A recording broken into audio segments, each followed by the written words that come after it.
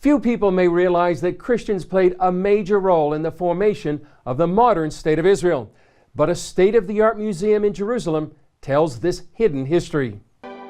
The museum greets visitors with a profound introduction, stunning aerials of Israel, while a map traces the land given by God to the 12 tribes, all set to originally scored music.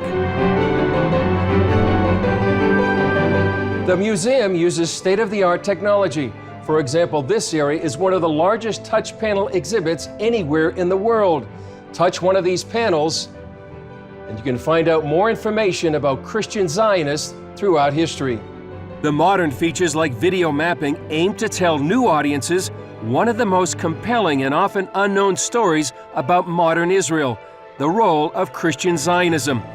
Israeli Prime Minister Benjamin Netanyahu addressed this history in a 2012 speech. I don't believe that the Jewish state and modern Zionism would have been possible without Christian Zionism.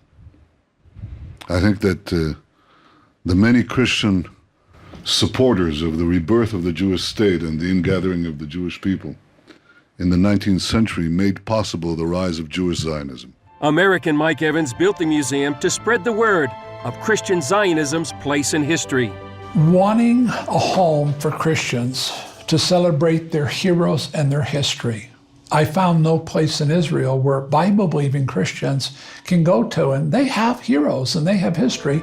The museum is based on years of research and this 2-volume set written by Evans. There's so many of them. I mean, if you just take George Bush, 1844, this guy was a Hebrew professor, and he wrote a book that sold 1 million copies on the restoration of Israel. And yes, his 2 relatives were U.S. presidents. Others, like Ord Wingate, formed the first Jewish fighting unit in nearly 2,000 years, the beginning of the Israeli modern army we see today. Women like Corrie ten Boom and her family.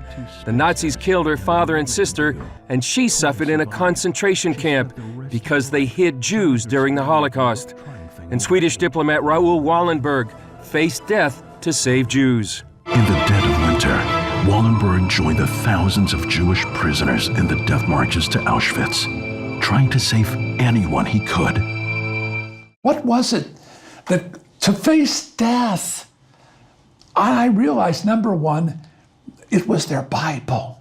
They had an intimate relationship with the living Lord, and they loved the Word of God, and they were willing to commit their life for it. And with the Word of God came promises to the Jewish people. Those scriptural promises are woven through the exhibits, from Ezekiel to Isaiah to Abraham. According to the ancient writings, one day God appeared to Abram and spoke the words that would give birth to the nation of Israel.